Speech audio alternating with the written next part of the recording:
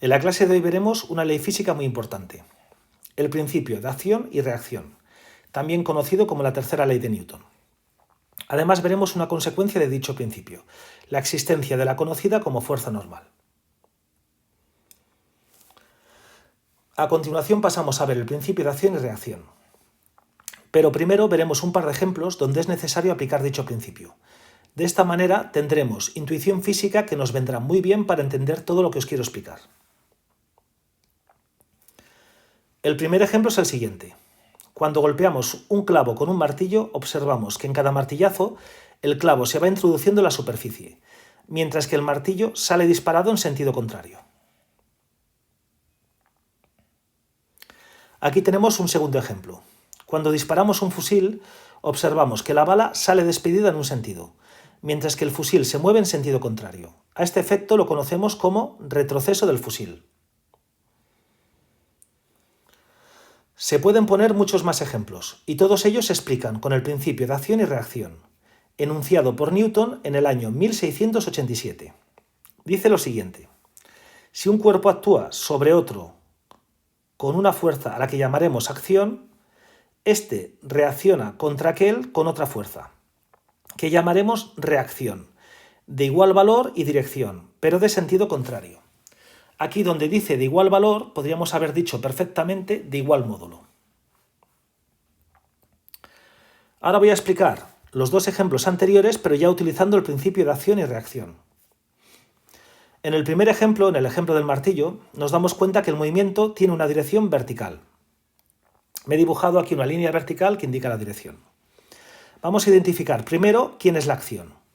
La acción es una fuerza que el martillo ejerce sobre el clavo.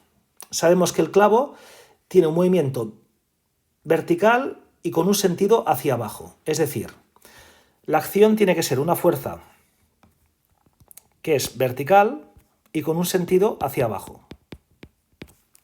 Ahí la tenemos dibujada. Vamos a ver ahora quién es la reacción. La reacción es una fuerza que el clavo ejerce sobre el martillo.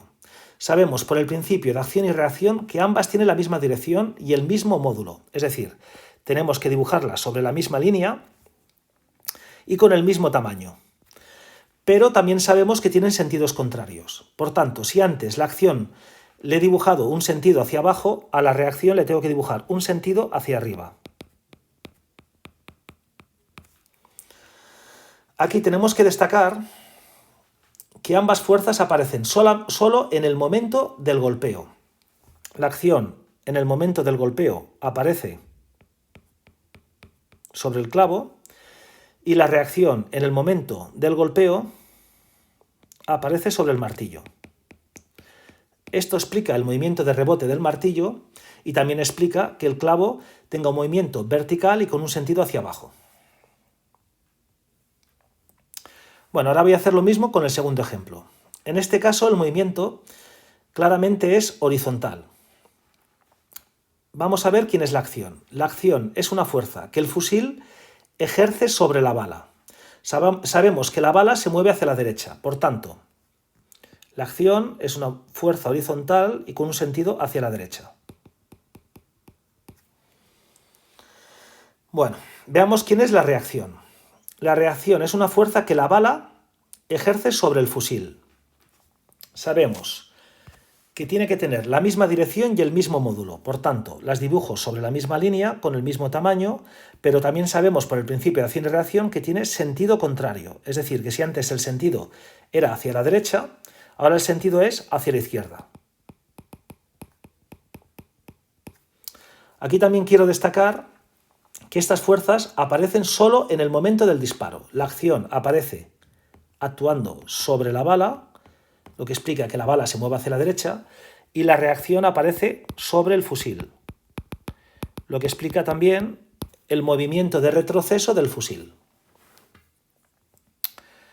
Bueno, ahora os voy a explicar la que llamamos fuerza normal.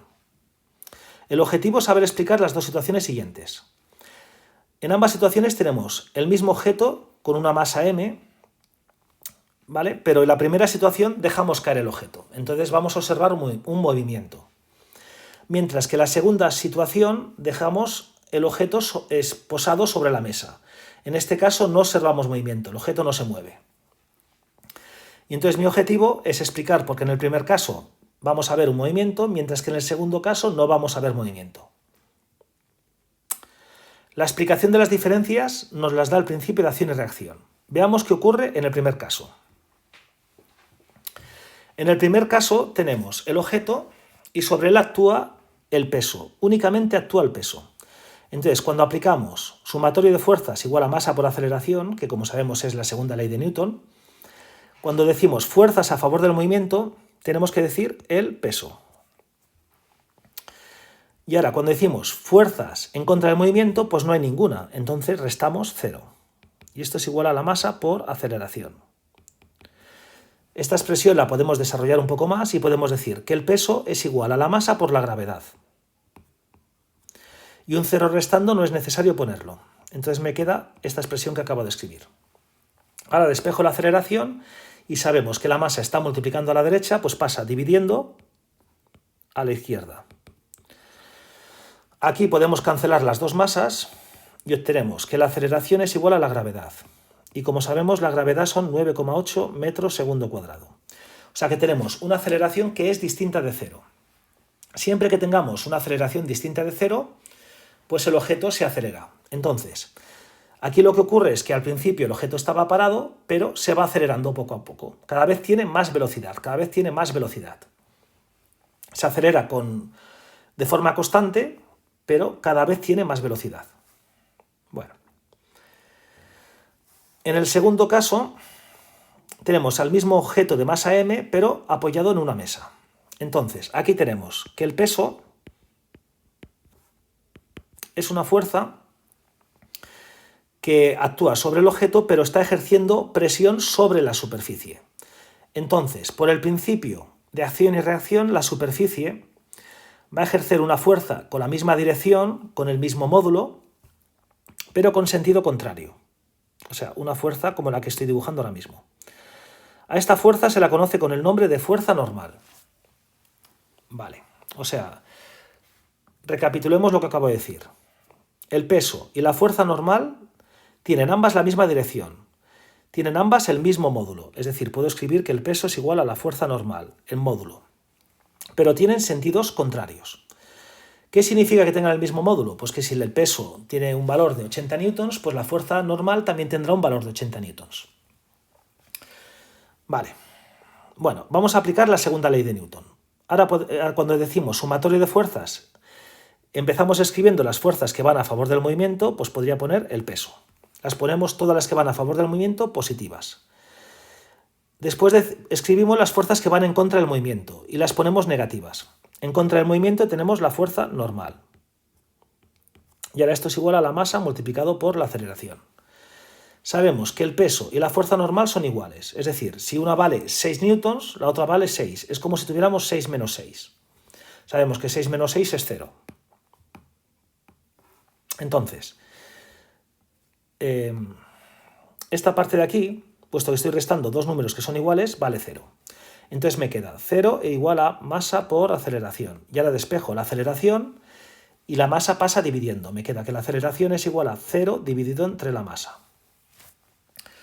Siempre que hagamos 0 entre cualquier número, el resultado es 0. Me sale una aceleración de 0 metros segundo cuadrado.